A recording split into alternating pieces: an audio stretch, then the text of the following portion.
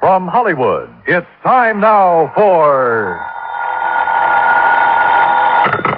Johnny Dollar. The bases are loaded and there's nobody out. What? And you're pitching, Johnny boy. Bert McGraw. Yep, right as rhubarb. What's in your mind, Bert? You in a job you didn't finish. A job I didn't... What are you talking about? The Mason-Dixon matter, remember? Well, sure. Ruth Dixon's body was found on Newport Beach. But you didn't find out who killed her, Johnny. I figured that was a job for the police. They want to talk to you about that. And so do we. Oh? Yeah, Ruth Dixon was insured with our company. For how much? $1,000. 1,000? You don't expect me to go back to Newport for the commission I'll make off that, do you? Nope. But if you'll go, we'll foot the bill. Oh, how come? Tell you when you get here. Interested? Yeah. Now.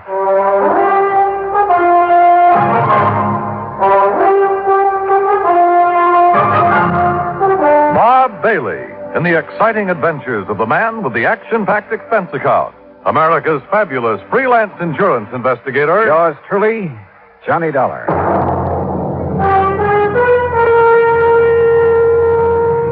And now, Act One of yours truly, Johnny Dollar.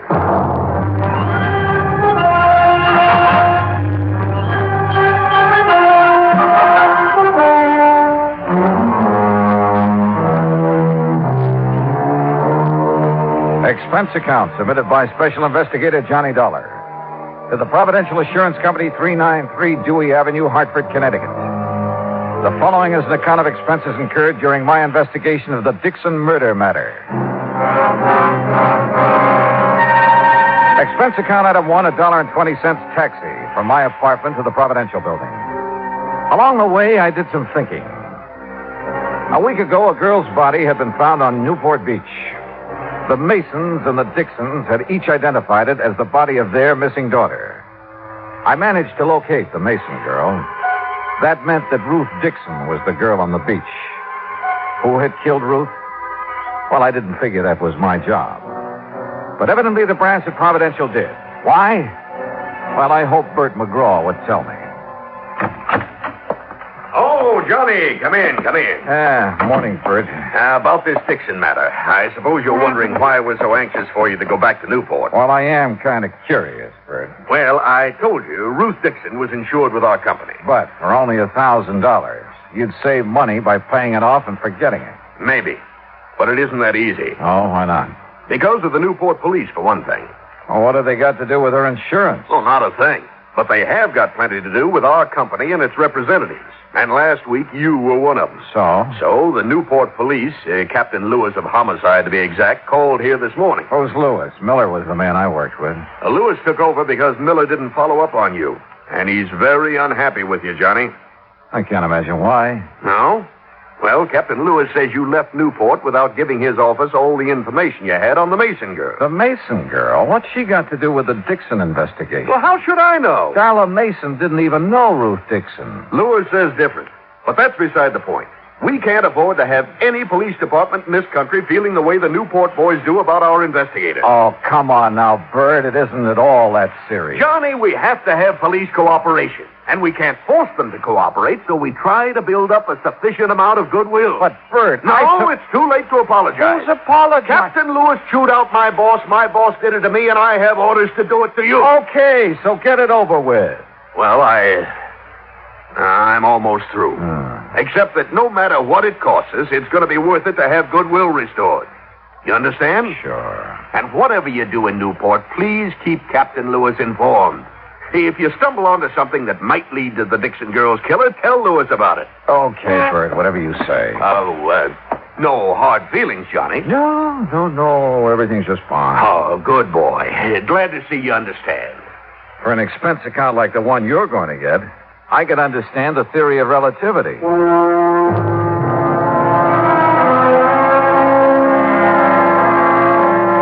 I took a cab back to my apartment. That's item 2. Item 3, $18.50, transportation to Newport, Rhode Island. After checking into the Ogden Hotel, I called headquarters. Captain Lewis wasn't in, so I left a message asking him to call me. Then I called the girl in question, Darla Mason. Johnny, hi. What are you doing back in Newport? Oh, just winding up a little unfinished business. Nothing to do with me, I hope. No, not a thing. Darla. if you're not busy tonight, why don't you meet me for dinner? Why, Johnny, I'd love to. Fine. You say where?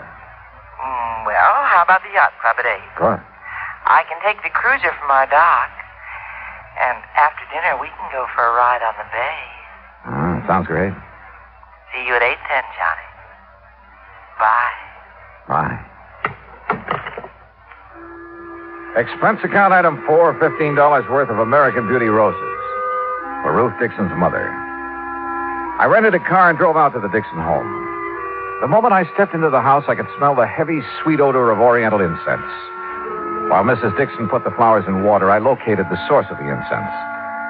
It came from an ornate burner on the mantel in the living room. Behind the burner, draped in black, was a large photograph of Ruth Dixon. And on each side of the photograph were 2 lighted candles. Oh, Mr. Dollar, these are the most beautiful roses I've ever seen. Well, I'm glad you like them, Mrs. Dixon. Oh, yes. Ruth will, too. Beg your pardon? I said Ruth will like them, too. I'll take them to her in the morning. That is, if you don't mind. Oh, no, not at all. Mr. Dollar, I don't know how you feel about such things, but I believe those who have passed on never really leave us. What do you think? Well, I haven't given much thought to the subject. But you should. Ruth will appreciate these roses as much or more than she ever would have. Do you believe that? Well, I didn't know Ruth when she was alive. When she was here, Mrs. Dixon. Oh, that's right. You didn't. Well, she's still here. And if there's any doubt in your mind, why, you just come with me and visit Madame de Stael. Madame de Stael? Yes. She's been such a help and comfort to me these past few days. Well, without her and her teaching, I'd have been completely lost. This Madame de Stael, what is she? She's just an ordinary person, but she has wonderful occult powers. She can see beyond the veil, Mr. Dollar, and she's promised to let me speak to Ruth as soon as the conditions are right. Do you know when that will be? Lucille? In here, Henry. Oh, excuse me, Mr. Dollar. I have to put out these candles. Henry doesn't believe like we do. My, you've been at it again, haven't you, woman? Now, Henry. Open the windows. Get the smoke and the smell out of... Oh, Mr. Dollar. Afternoon, Mr. Dixon. What are you doing back in Newport? He's trying to find the man that caused our girl to pass on. Oh, she didn't pass on, Lucille. She died. Henry, really? Well, anyway, I wish you luck, Mr. Dollar. I have a hunch I'm going to need it, Mr. Dixon. Mr. Dollar, wouldn't you like to stay to dinner? We aren't having anything fancy, just leftovers and boiled cabbage head. Oh, my. Now what? Why, I just remembered why I burned that incense. And it wasn't what you thought, Henry Dixon. It was on account of the cabbage. It covers the smell. That's not the truth, and you know it. Oh, now, Henry. Look at that mantle, Mr. Dollar. She's made a regular shrine out of it. Looks like a heathen altar. Henry. Well, it's the truth. And I wouldn't blame Mr. Dollar if he was afraid to stay to dinner with a woman like you around. You aren't afraid to stay, are you, Mr. Dollar? No, of course not, but I do have another engagement. Oh, well, anytime you can come, you just let us know. Yes, thanks, I'll remember. Well, now, if you men will excuse me. You will.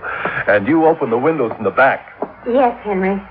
Oh, Mr. Dollar. Yes? When Madame de Stael arranges... That fraud. When Madame de Stael arranges for me to talk to Ruth, I'll let you know what she says. Good evening. Poor dear. She hasn't been the same since Ruth's body was found on the beach. Mr. Dixon, according to the medical examiner, Ruth's body was in the ocean for approximately 6 weeks. That's right. Do you remember if Ruth was going with anyone in particular just before the time she disappeared? The police asked me the same question. I couldn't answer it. You mean you don't remember? I mean that Ruth wasn't a girl to be tied down to one man, and any more than she's content to live like she had to after my help failed. Did she date very often? Well, you know, she worked as a hostess at the yacht club. Yes, sir. She met a lot of rich young men there. And if you ask me, she dated too much. Of course, her mother took Ruth's side, said she had to if she was ever going to get herself a husband. But she went with no one in particular. No. She never settled down enough. What about her friends, Mr. Dixon? Was there someone she might have confided in? She didn't have any girlfriends. Liked men a lot better. But, Oh, there was somebody. well, I expect you could say he was her friend. Too old to have been a boyfriend. Besides, he doesn't have enough money. Who is he? His name's Sam Hood. He runs a small craft repair shop down by Viking Beach.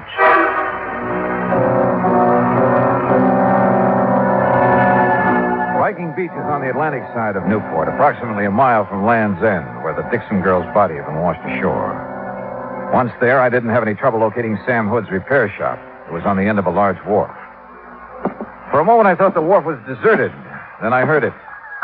Below the wharf, sitting low on the water, was an old converted PT boat, and standing on deck, tinkering with the controls, was a heavy-set man wearing thick glasses and greasy dungarees. I was about to call him when he looked up. Afternoon. Hi. Can I help you? Yeah, I hope so. I'm looking for Sam Hood. He ain't here. Gone on his vacation. Oh, fine. Can I do anything for you? I'm his brother, Leroy. Well, yeah, Leroy, maybe you can. You want me to come up or you going to come down? I'll come down, but how do I do it? Stairs over to your left there. Oh, sure. You're a stranger around here, ain't you? Yep, that's right. Well, I'm always glad to meet up with a stranger.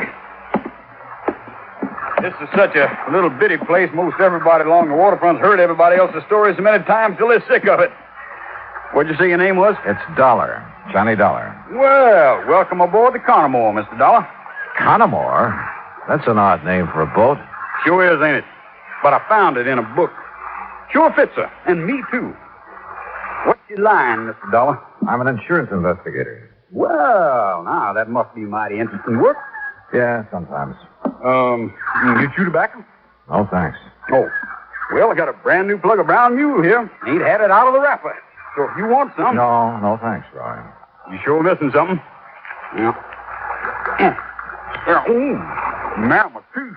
You want to take a look around? Go ahead. Of course, the Connemore ain't no fancy yacht. Excuse me, what did you say? I said the Connemore ain't no fancy yacht, but she's all mine and Sam's, and I'm proud of her. Oh. Where did you say your brother was, Leroy? Sam? Oh, he's visiting our folks down in Augusta. I would have gone too, but somebody had to stay in mind the store. Yeah. You know when he'll be back? Not for sure. But anything Sam knows about, so do I. We got real runny mouths in our family. Tell me, Leroy, did you know a girl named Ruth Dixon? No one just to tip my hat to. But Sam did. Yes, sir. That gal and Sam, they used to sit up there on the wharf looking out toward Gooseberry Island, and they talk. You know what about? Nope. Get off that railing, you whitewash brother! See ya!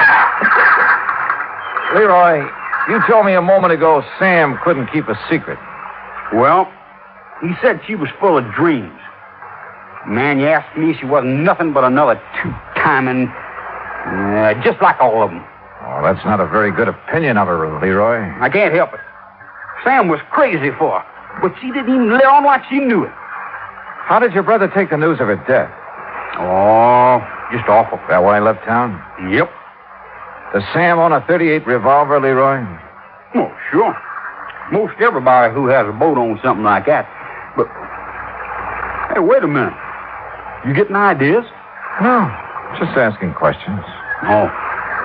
Well, Sam couldn't have killed her. I know it. What makes you so sure? Well, 'cause he's my brother. And how he was so broke up when he heard about Ruth.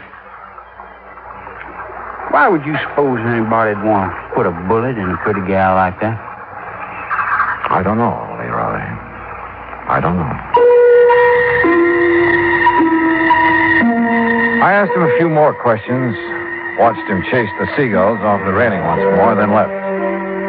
At 7:45, I was sitting in the yacht club bar waiting for Darla Mason. At 8:30, I was still waiting. And at 9:30, I gave up and went back to my hotel. I hadn't been in my room 10 minutes before someone started pounding on the door. Dollar! Dollar, you in there? Yeah, who is it? Captain Lewis, open up. Well, good evening, Captain. Nothing good about it. Huh? Fine thing you pulled. You come over here to help, then you go gallivanting off where nobody can find you. I called your office as soon as I hit town. Because the people you're working for in Hartford told you to. Now, look, that insurance agent said you were skeptical about there being a connection between the Mason and the Dixon. I still am. Now, you won't be when I tell you what happened early this evening. Okay, so what happened? Darla Mason was shot, and the bullet came from the same gun that killed Ruth Dixon.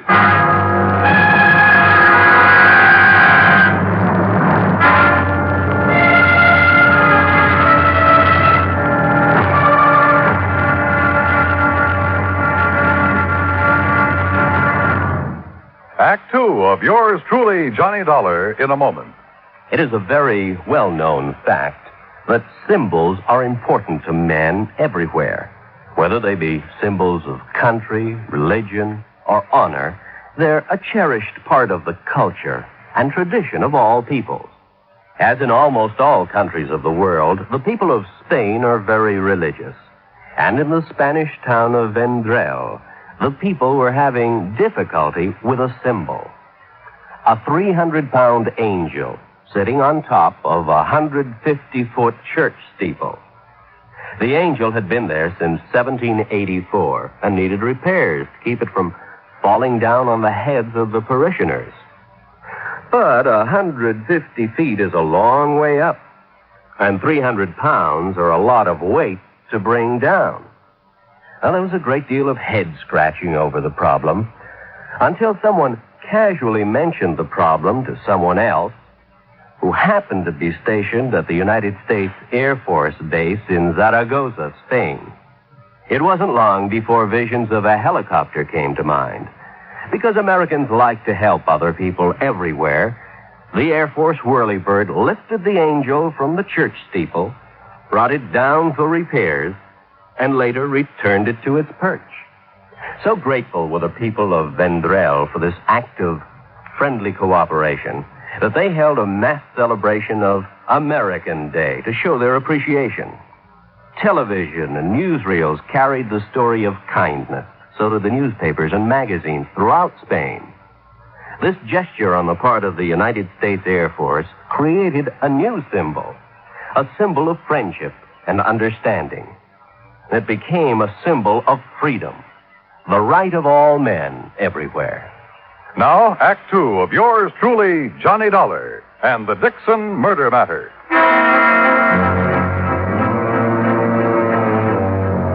Expense account item 6.20 for 2 cups of coffee at the Eat Right Cafe near my hotel, where Captain Lewis proceeded to give me the details surrounding the shooting of Darla Mason. She had been on her way down to the Mason boathouse, where she'd planned to take the cruiser across the bay to the yacht club. As she neared the boathouse, someone had fired at her, and the bullets that wounded her came from the same gun that killed Ruth Dixon. So there was a connection between the Mason and Dixon girls. And if you want more proof, I have it. Like what? Well, they both spent a good deal of their time at the yacht club. Yeah, but for slightly different reasons. Ruth worked there before she was killed. But she must have known Darla Mason. No, that's no good, Captain. You go to the district attorney with that kind of evidence, and he'll throw you out of his office. He'll want proof they knew each other, and how well. Yeah, I suppose.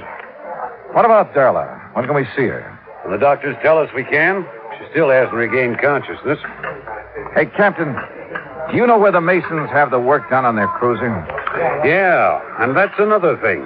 That's Sam Hood's place. Have you questioned him? Never had a chance to. According to his brother, he's away on some sort of vacation down Georgia. Left the day the Dixon girl's body was identified. Are you sure he's still in Georgia? Well, I can ask the Augusta police to check up on him. If he is, have them tell him about Darla being shot up and find out if he knew her. Okay. Well, you ready? Yeah. No one was seen prowling around the Mason place tonight, huh? Nobody else was down at the boathouse. Thanks, Johnny. Sure, Captain. And stop being so formal. My name's Pete. Okay, Pete. Well, I guess we've done all we can for a while. I'm not so sure. No, what do you mean? I'm not sure about that either. But I have an idea. Or maybe I ought to call it a hunch. About what? Well, I'd like to sleep on it first, if it's all the same to you. Have I anything to say in the matter? Nope, not a bit. It was late and I was tired, so I did the obvious thing and went to bed. Early the next morning, I called the hospital. Darla Mason had regained consciousness and would recover. But she couldn't be questioned for another 2 or 3 days. So I finished dressing and went down for breakfast. I was crossing the lobby when someone called me. Mr. Dollar. Mr. Dollar. Oh, Mrs. Dixon. I've been waiting to see you. Well, you should have called. I'd have come right down. Oh, no, I was afraid I'd wake you up, and I didn't want to do that. Oh, that's very thoughtful of you. Mr. Dollar, is there some place we can go and talk? Well, there's my room. Oh, no, I mean, well, it wouldn't look right, you know. Oh, yeah, well, then, how about over here? Looks like a nice, quiet corner. Yes, this will do nicely. Mr. Dollar, remember I told you about Madame de Salle? Yes, I remember. Would you like to sit down? Oh, no, I'm too excited to sit. Excited? About what? Well, I've been trying to tell you about Madame de Salle and what happened last night. What did happen? The conditions were right. I beg your pardon? The conditions. They were right. Remember, I told you Madame was going to let me speak to Ruth when the conditions were right. Well, they were last night. Oh. Well, aren't you interested in what Ruth had to say? Oh, yes. Yes, I am, Mrs. Dixon. She told me who killed her, Mr. Dollar. What? Yes, sir. Just as plain, I heard it from Ruth, and there's no doubt about it. It was her voice, all right. Mrs. Dixon, exactly what did Ruth say about the person who murdered her? Oh, Ruth described her to a T. Her? She said it was a woman. Young, dark hair, brown eyes, and a big red scar on the back of her left hand. I see. You seem disappointed, Mr. Dollar. I guess I was doing a little wishful thinking, Mrs. Dixon. Well, wishful thinking or not, Ruth told me who it was that killed her. Oh, her name, too? Well, she didn't know her name. Oh. But that big red scar. Now, you find a woman who has a thing like that on the back of her left hand, and you'll have the guilty party. Yes, well, I'll look for someone like that today, Mrs. Dixon. Now, come on, I'll buy you some breakfast.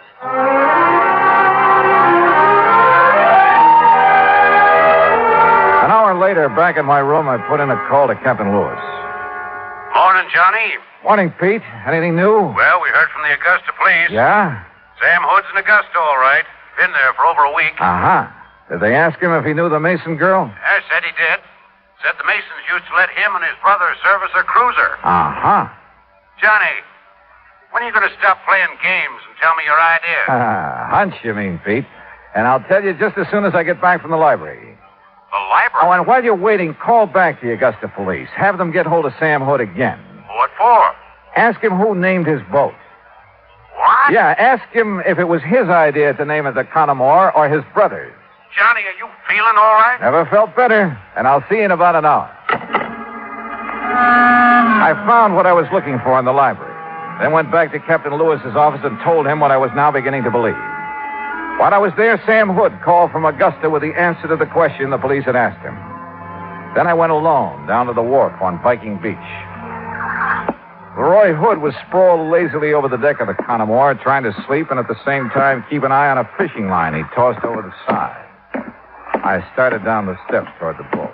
Well, doggone. Hi there, Mr. Dollar. Morning, Leroy. Man, I sure didn't think you'd be back down here so soon. You know, Sam ain't back yet. Yeah, I know.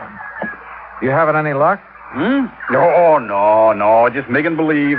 For real fishing, you got to go out beyond Gooseberry Island. Oh, how about taking me someday? Why, sure. Man, you just say the word and we'll go right now. Well, no. I'm afraid I couldn't do that this morning, Leroy. Well, you just let me know anytime. Yeah. How fast this boat cruise? 25 knots. Now, ain't that something? Fastest boat between here and the Navy station. How long would it take you to get over to the Mason home and back again? Why, it wouldn't take no time at all. How come you asked that? Did you know Darla Mason was shot last night? Heard something about it, yeah. Do you know Darla Mason, Leroy? How could I know somebody like that? I don't know. But if you didn't know her, why did you try to kill her last night?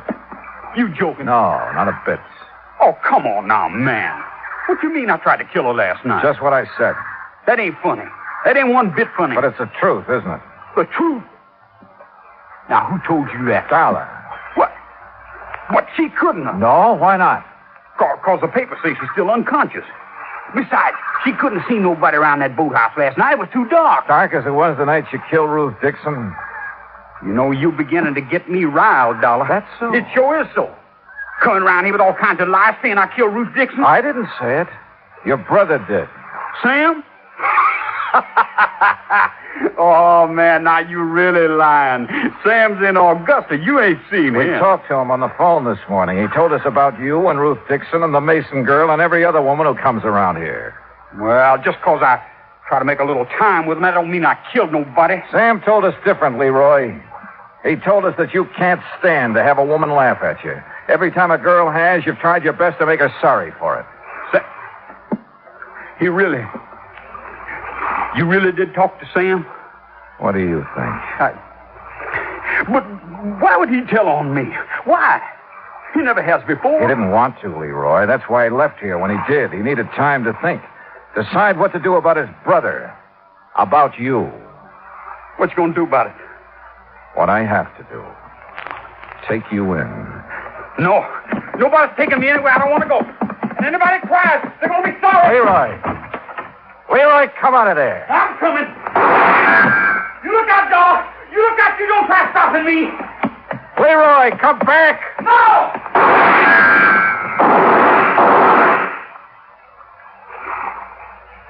Johnny? You all right? Oh, yeah. I'm just fine. Come on up. All over. Yeah, Captain. I know.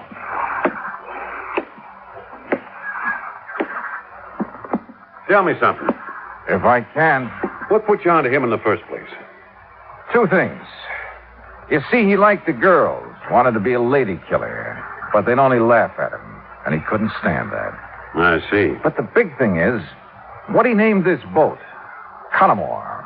I don't get it. Well, a man like Leroy, not much education, he'd have to have a real reason for wanting to name it that. But why? What's so special about that? You ever hear of Bluebeard? A lady killer? Sure, who hasn't? Well, Connemore was his real name.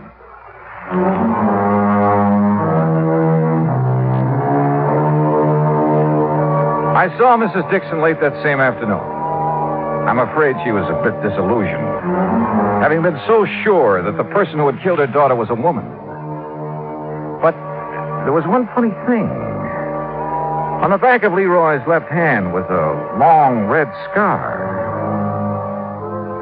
Expense account total, including car rental, hotel bill, and transportation back to Hartford, $968.20. Yours truly, Johnny Dollar.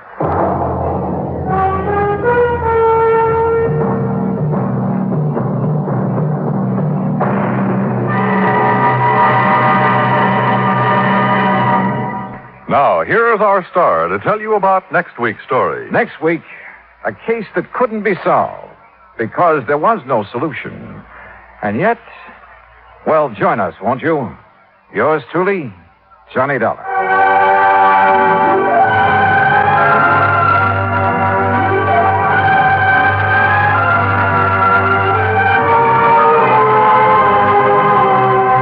Yours truly, Johnny Dollar, starring Bob Bailey, originates in Hollywood. Written by Charles B. Smith, it is produced and directed by Jack Johnstone. Heard in our cast were Gene Tatum, Jeanette Nolan, Frank Nelson, Russell Thorson, Sam Edwards, and Austin Green. Musical supervision is by Amerigo Marino.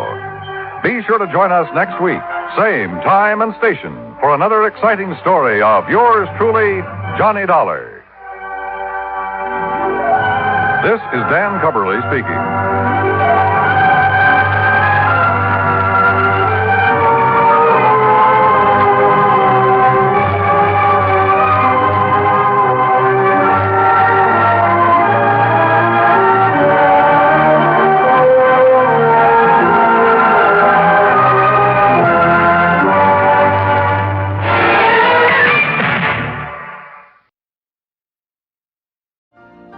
You've been listening to the OTR Gold Network. Find more classic radio at otrgold.com.